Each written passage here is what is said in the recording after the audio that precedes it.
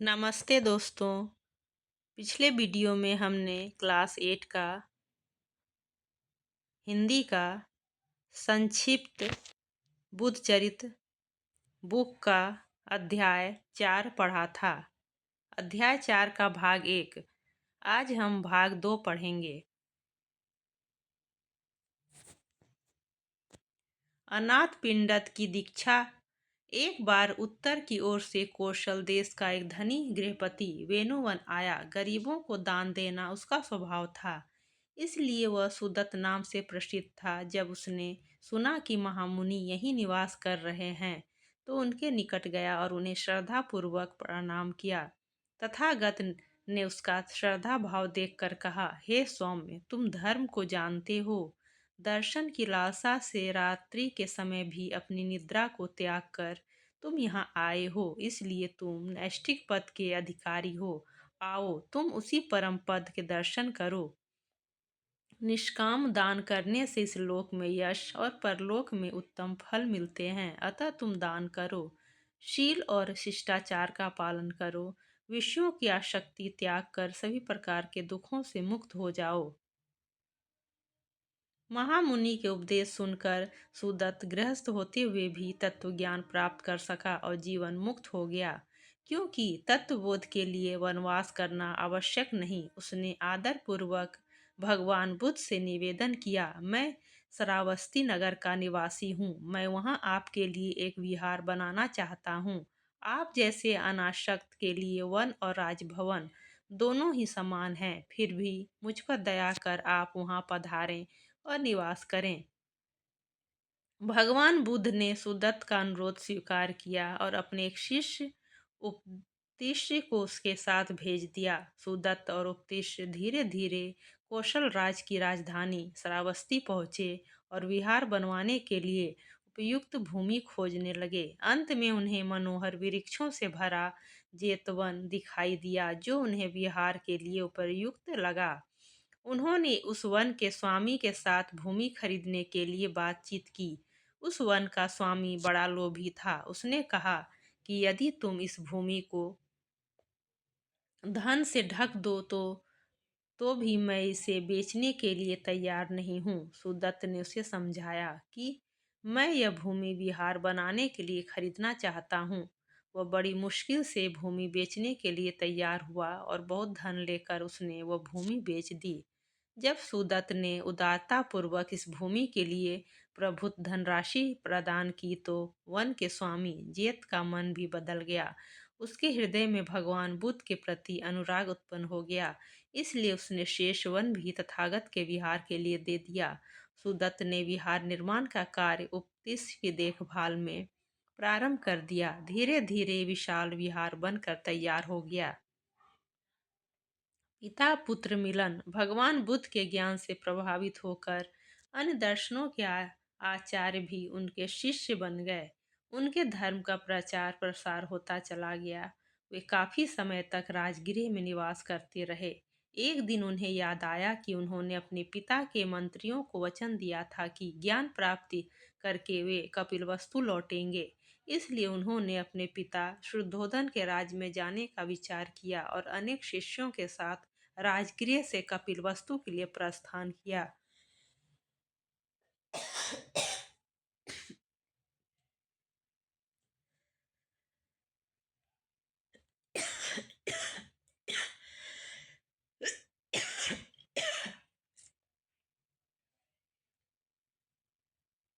कुछ दिनों में वे अपनी शिष्य मंडली के साथ अपने पिता की नगरी के समीप पहुंचे और वहीं ठहर गए। शुद्धोधन के पुरोहित और अमावात्यों को जब अपने गुप्तचरों से यह सूचना मिली कि कुमार सिद्धार्थ बुद्ध बनकर नगर के समीप आ गए हैं, तो उन्होंने इसकी सूचना राजा को दी। राजा अपने पुत्र के आगमन का समाचार सुनकर प्रसन्न हो गए। अनेक पुरवासियों के साथ वे अपने पुत्र से मिलने के लिए चल पड़े। उनकी आंखों से आनंद के आंसू बह रहे थे।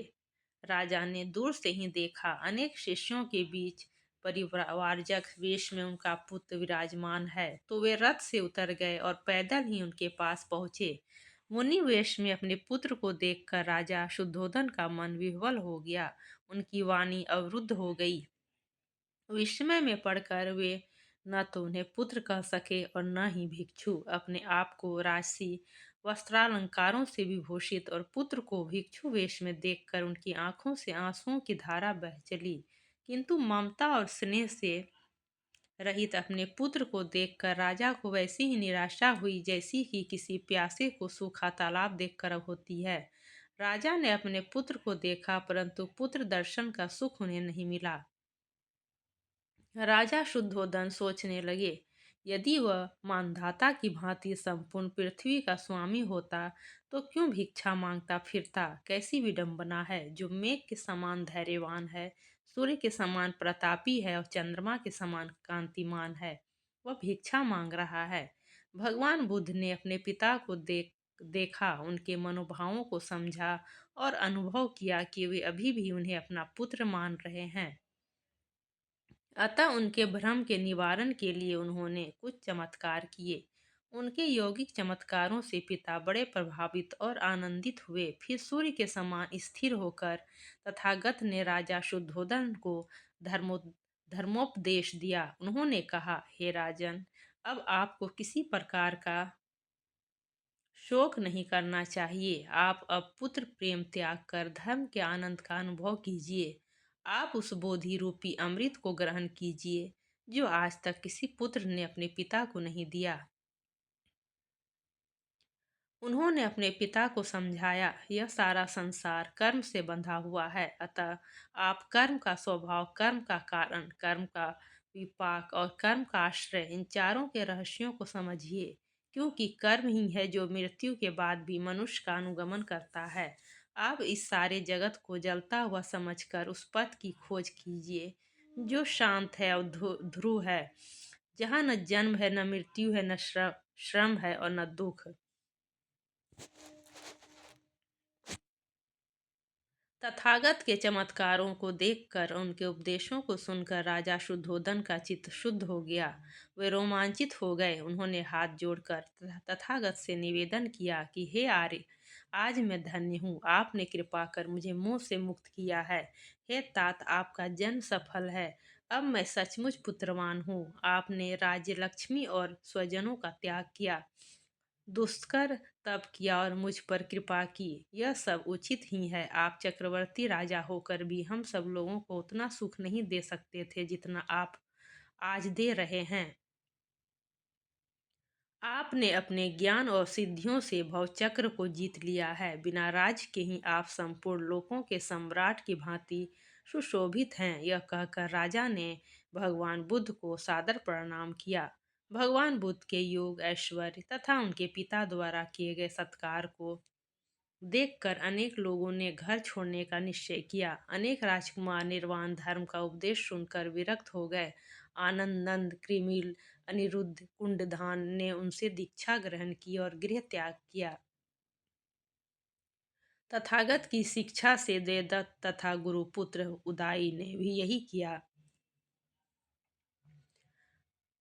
अत्रि नंदन उपाली ने भी दीक्षा ग्रहण की कि राजा शुद्धोधन ने भी अपना राज्यभार अपने भाइयों को सौंप दिया और स्वयं राजश्रियों की तरह रहने लगे। इसके बाद राजपुत्र सर्वार्थ सिद्ध ने अपना लक्ष्य सिद्ध करके अपने दीक्षित शिष्यों तथा पूर्ववासियों के साथ नगर में प्रवेश किया। अश्रु बहाते हुए पूर्ववासियों ने पुष्प वर्षा करके उनका स्वागत किया। यह समाचार सुनकर राजभवन की स्त्रियां दूसरों और वातायनों की ओर दौड़ीं।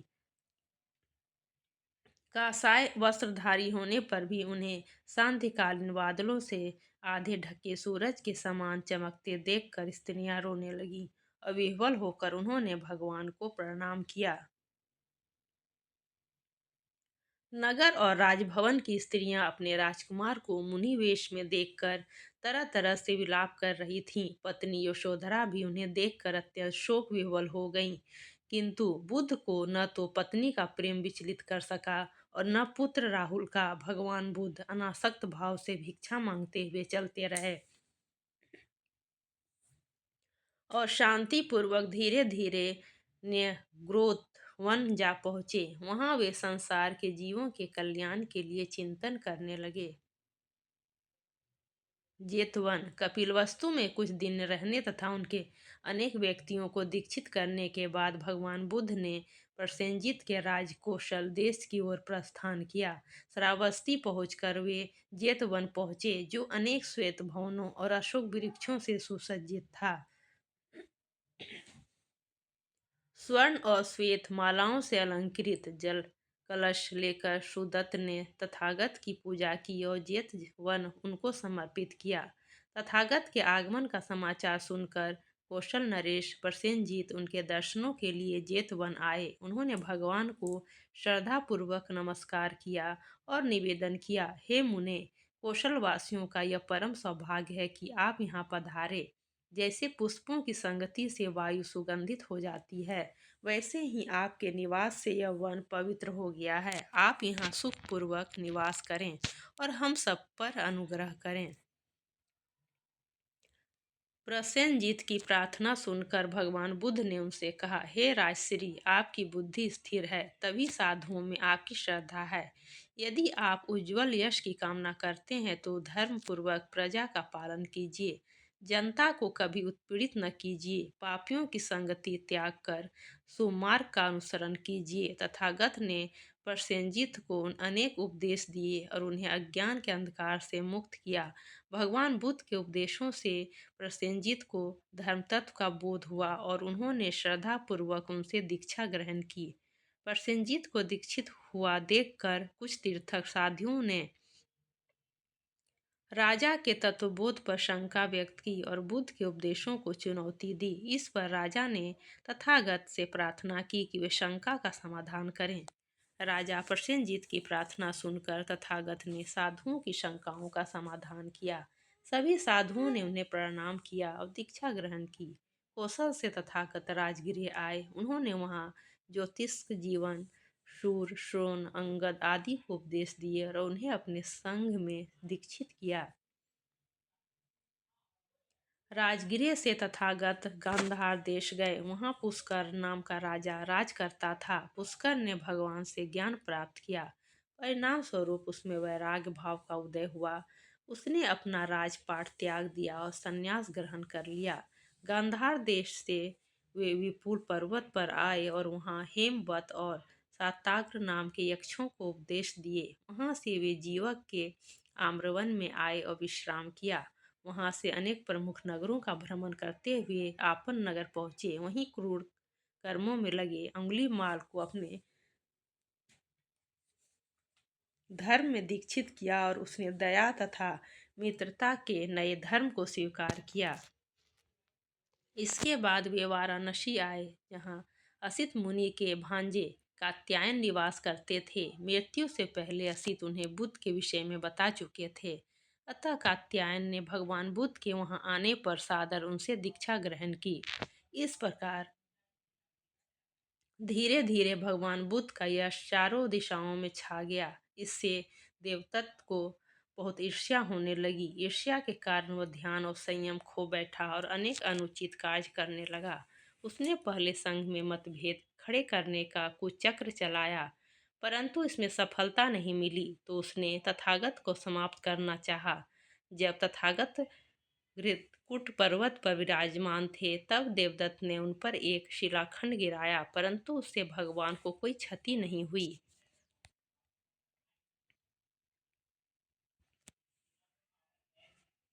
देवदत्त को संघ में मतभेद उत्पन्न करने में सफलता नहीं मिली और न ही वह भगवान बुद्ध की हत्या कर सका।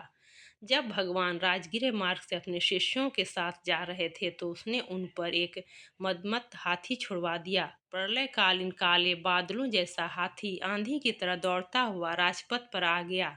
जो भी उसके मार्ग में आता, वह उसे मारने दौड़ता। चारों ओर हाहाकार मच गया। उधर से शिष्यों के साथ भगवान बुद्ध को आते देखा तो लोग चिल्लाने लगे तथा उन्हें बचाने के लिए दौड़ने लगे, परंतु कोई भी उस हाथी के पास नहीं जा सकता था। तथागत की हत्या के लिए वह हाथी उसी ओर आ रहा था जिस ओर से वे आ रहे थे। अट्टालिकाओं से स्त्रियां और दूर खड़े अन्य पुरुष चिल्लाकर उन्हें रोकना चाहते थे, परंतु तथागत शांत और निर्विकार भाव से आगे बढ़ते जा रहे थे। दूर से ही मदमत हाथी को आते देखकर पीछे पीछे चलने वाले अनेक शिष्य भाग गए, परंतु बुद्ध आगे बढ़ते ही गए। उनके पीछे पीछे केवल उनके परम शिष्य आनंद चलते गए। जैसे वस्तु की प्रकृति वस्तु के साथ रहती है, वैसे ही आनंद उनके साथ थे। भगवान बुद्ध को सामने देखकर मदोन्मत्त हाथी एकदम शांत और स्वस्थ हो गया और वो भगवान के सामने सिर झुकाकर बैठ गया। भगवान ने उस हाथ का स्पर्श किया और उसे उपदेश दिए, हे गजराज, निरपराध प्राणियों की क्यों हत्या कर रहे हो? उससे तो दुख ही होगा, किसी को कष्ट मत दो। तथागत को देखकर और उनके उपदेश सुनकर हाथी ने शीश के समान उन्हें प्रणाम किया। यह देखकर सभी लोग भगवान बुद्ध और हाथी को घेर कर चारों ओर खड़े हो गए और उनकी प्रशंसा करने लगे। जिनके हृदय में धर्म के लिए कोई श्रद्धा नहीं थी, उनके हृदय में श्रद्धा उत्पन्न हो गई, और जिनके हृदय में थोड़ी श्रद्धा थी, वो और भी दृढ़ हो गई। राजमहल की अट्टालिकाओं पर खड़े सम्राट अजातशत्रु यह सब देख रहे थे। उनका हृदय भगवान बुद्ध और उनके द्वारा प्रकाशित धर्म के प्रति श्रद्धा भाव से भर गया और उनमें उनका पूर्ण विश्वास हो गया। आम्रपाली के उद्यान में कुछ समय बाद तथागत राजगृह से पाटलिपुत्र आए। उस समय मगध राज के मंत्री वर्षाकालक्षियों को शांत करने के लिए एक दृढ़ दुर्ग बनवा रहे थे। तथागत ने देखा कि इस दुर्ग के निर्माण के लिए अपार धनराशि आ रही है, तो उन्होंने भविष्यवाणी की, शीघ्र ही यह नगर विश्व का महत्वपूर्ण नगर होगा और सर्वत्र ख्याति प्राप्त करेगा। तब मगध राज के मंत्री वर्षाकार ने भगवान बुद्ध की पूजा की और उनसे आशीर्वाद प्राप्त किए। इसके बाद तथागत गंगा की ओर गए। नगर के जिस द्वार से वे गंगा तट गए थे, वर्षाकार ने उस द्वार का नाम गौतम द्वार रखा। गंगा पार करने के बाद तथागत कुटी नामक ग्राम में आए और धर्म का उपदेश दिया। कुछ समय वहां रहकर नंदी ग्राम गए। वहां किसी कारण अनेक लोग मर गए थे। तथागत ने मृत व्यक्तियों के संबंधियों को उपदेश दिए और सांत्वना दी। वहां वे एक रात रहे और फिर दूसरे दिन वैशाली नगरी के लिए प्रस्थान किया। वैशाली पहुंचकर उन्होंने उस समय की सर्वाधिक सुंदर स्त्री वैशाली की नगरवधु आम्रपाली के उद्यान में निवास किया। जब आम्रपाली ने सुना कि भगवान बुद्ध उसके उद्यान में निवास कर रहे हैं, तो वह बहुत प्रसन्न हुई और उनके दर्शनों के लिए तैयार हुई। उसने अलक्तक अंजन अंगराग तथा आभूषणों को त्याग दिया और अत्यंत विनम्र भाव से कुलवधुओं के समान श्वेत वस्त्र धारण किए और तथागत के दर्शन के लिए चल पड़ी। रूप और यौवन से संपन्न आम्रपाली वन देवी के समान अपने उद्यान में पहुंची और रथ से उतरकर पैदल ही उधर जाने लगी जहां भगवान बुद्ध अपने शिष्य मंडली के साथ बैठे थे। भगवान बुद्ध ने आम्रपाली को आते देखकर अपने शिष्यों को सावधान किया और कहा, देखो, आम्रपाली यहाँ आ रही है। तुम सब बोध की अवस्थी से अपने आप को संयमित रखना और ज्ञान में स्थिर रहना। तुम प्रज्ञा रूपी बाण और शक्ति रूपी धनुष धारण करो और स्मृति रूपी कवच पहनकर अपनी रक्षा करो। जब तथागत अपने शिष्यों को इस प्रकार उद्बोधित कर रहे थे, तभी आम्रपाली हाथ जोड़कर उनके सामने उपस्थित हो गई। अपने उद्यान में एक वृक्ष के नीचे नेत्र बंद किए बैठे मुनि के दर्शन कर वह बहुत प्रसन्न हुई। श्रद्धा तथा शांत भाव से उसने भगवान बुद्ध को प्रणाम किया। फिर मुनि की आज्ञा प्राप्त कर हाथ जोड़कर वह उनके सामने बैठ गई। भगवान बुद्ध ने आम्रपाली को उपदेश देते हुए कहा, हे सुंदरी, तुम्हारा आशय पवित्र है क्योंकि तुम्हारा मन शुद्ध है, तुम्हारा चित्त धर्म की ओर प्रवृत्त है। यही तुम्हारा सच्चा धन है क्योंकि इस अनित्य संसार में धर्म ही नित्य है। देखो, आयु यौवन का नाश करती है, रोग शरीर का नाश करता है और मृत्यु जीवन का नाश करती है, परंतु धर्म का नाश कोई नहीं कर सकता। यद्यपि आम्रपाली नवयुवती थी, फिर भी उसमें बुद्धि की गंभीरता और आशय की पवित्रता थी। इसीलिए उसने भगवान बुद्ध के उपदेशों को प्रसन्नतापूर्वक सुना। इससे उसके मन की समस्त वासनाएं समाप्त हो गईं और उसे अपने प्रीति से घृणा होने लगी। वह तथागत के चरणों में गिर पड़ी और धर्म की भावना से भर उसने भगवान से निवेदन किया, हे देव, आपने अपने लक्ष्य को प्राप्त कर लिया है। आपने संसार को पार कर लिया है। हे साधु, आप मुझ पर दया करें और धर्म लाभ के लिए मेरी भिक्षा स्वीकार करें, मेरे जीवन को सफल करें। भगवान बुद्ध ने आम्रपाली की सच्ची भक्ति भावना को जानकर उसकी प्रार्थना स्वीकार कर ली।